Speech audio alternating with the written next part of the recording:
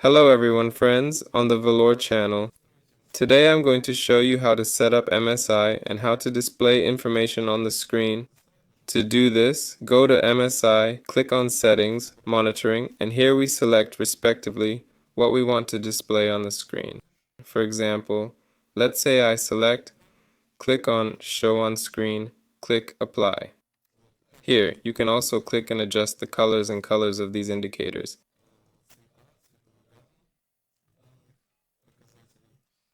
Here, select everything you need and click Show on Display. Here you configure, respectively, A. Hotkeys to enable or disable A. Respectively, statistics on the screen. Here, information using these keys.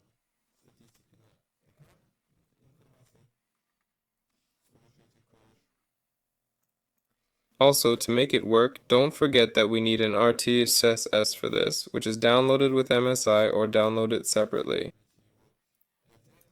Here. And accordingly you launch it. Sam was Velour. Goodbye everyone.